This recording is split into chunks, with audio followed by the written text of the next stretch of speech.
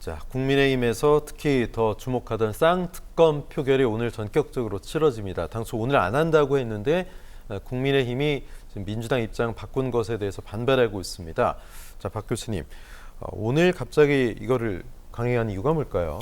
일단 선거구 획정이 돼야 되는데 이 선거구 획정을 둘러싸고 서로가 계속 말바꾸기가 됐습니다.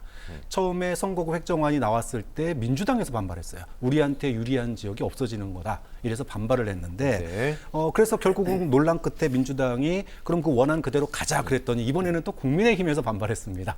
그래가지고 이게 잘 안 됐었거든요. 그런데 어찌됐든 논란을 끝내야 본격적으로 선거판이 시작되고 그래야 국면이 전환됩니다. 그러니까 민주당 입장에서는 선거구 획정을 통해서 공천까지 이번 주에 다 끝낸다. 그래야지 어떤 논란의 새로운 분위기를 가지고 총선을 치를 수 있기 때문에 이 선거구 획정을 위해서 어떻게 보면 김 여사 특검을 오늘 동시에 진행하는 걸로 이렇게 볼 수 있고 결국은 선거구 획정이 비례 한 석을 줄이고 전북을 10석에 맞추는 선에서 이제 타협이 됐습니다. 이렇게 되면 뭐 여야 뭐 어느 정도 큰 뭐 손해 없이 국민의힘의 주장을 어느 정도 좀 받아들였다 이렇게 봐야 될 것 같고 김 여사 특검을 안 할 수는 없지 않습니까? 더 늦출 수도 없는 게 이걸 더 늦추게 되면 민주당의 파열음이 고스란히 재표결에 또 반영돼요.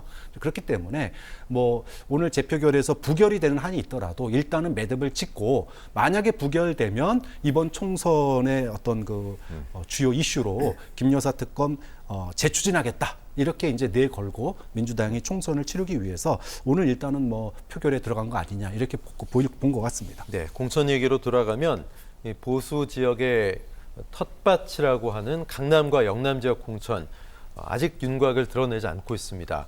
김건희 여사 특검, 뭐 쌍특검 표결에 따라서 속도를 낼지 모르겠습니다.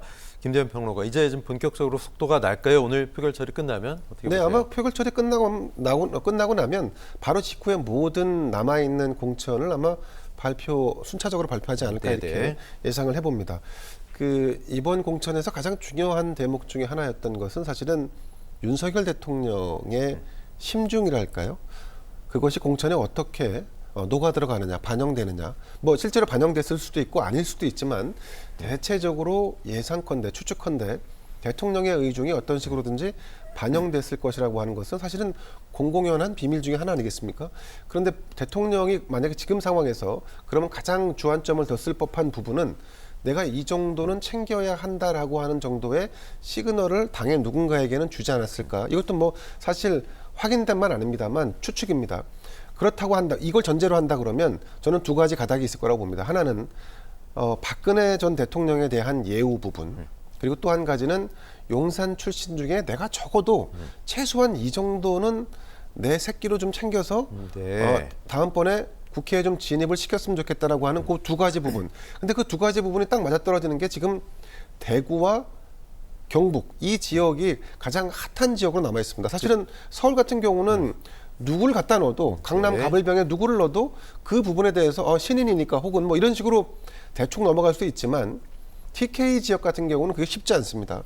그래서 저는 이제 또 한 가지 눈여겨보는 것은 지금까지는 어디 언론에서도 거론된 적이 없습니다만 항상 이 총선을 치르게 되면 총선에서 이탈한 어떤 일부 세력들이 무소속 연대를 치른다든가 지금 이준석처럼 제3지대를 만들게 되는데 이준석에게 더 큰 파급력이 있을 법한 부분을 윤석열 대통령은 계속 잘라왔습니다. 그 부분이 바로 박근혜 대통령입니다. 박근혜 대통령이 만약에 그러니까 이준석도 박근혜 키즈 아니었습니까? 박근혜 비대위 시절에 영입된 인사고 이 부분을 감안해서 그동안에 윤석열 대통령이 굉장히 공을 들였죠. 얼마 전에는 심지어 대통령으로는 처음으로 유경수 여사의 생가까지 방문을 했었습니다. 그랬죠. 자, 그렇게 하다 보니까 경북 경산에서 현직인 윤두현 의원이 그만뒀는데 저는 이것도 윤두현 의원이 결국은 최경환 무소속 출마, 그러니까 박근혜 정부의 가장 큰 영향력을 행사했다라고 하는 핵심이었 최경환 의원에게 사실 자리를 주려고 하는 이런 모양새 아닌가라고 보고 경제부총리까지 지냈고요. 그렇습니다. 예. 또 한 분은 유영하 변호사인데 저는 유영하 변호사도 어떤 식으로든지 공천을 줄 수밖에 없는 그런 흐름으로 가져갈 거라고 보고 달서갑이죠, 대구. 그렇습니다. 그리고 이제 구미을 같은 경우 강명구 전 국정기획비서관 최측근 중에 한 명인데 이른바 용핵관이죠.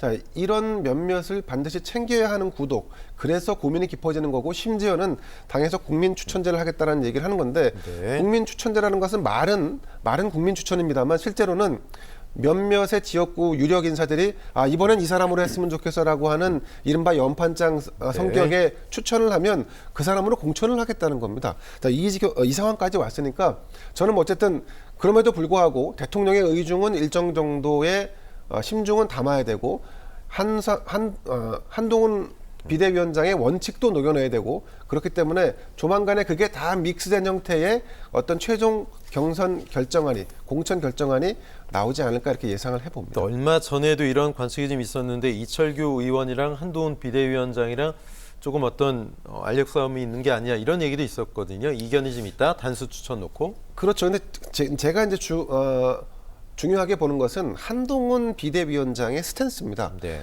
한동훈 비대위원장이 그동안에 줄곧 얘기했던 게 원칙, 상식, 그다음에 잡음 없는 공천을 얘기했지 않습니까? 그런데 막바지에 본인의 원칙, 소신 아니면 그동안에 했던 언행과는 불일치되는 결론을 내는 것이 굉장히 부담스러운 겁니다. 근데 부담스러움에도 불구하고 대통령의 의중을 반영하고 있는 이철규 의원의 어떤 전달되는 메시지를 무시할 수 없기 때문에 끙끙 앓고 있는 상황인데 뭐 그럼에도 불구하고 오늘 특검 법안이 결국 이제 부결될 것으로 예상되는데 네, 부결되고 나면 아마 신속하게 남아있는 모든 지역을 전격 발표해서 이제는 본선 체제다 뭐 이런 식으로 국면을 전환해서 그냥 구렁에 담 넣듯이 넘어갈 가능성이 높아 보인다라고 보입니다.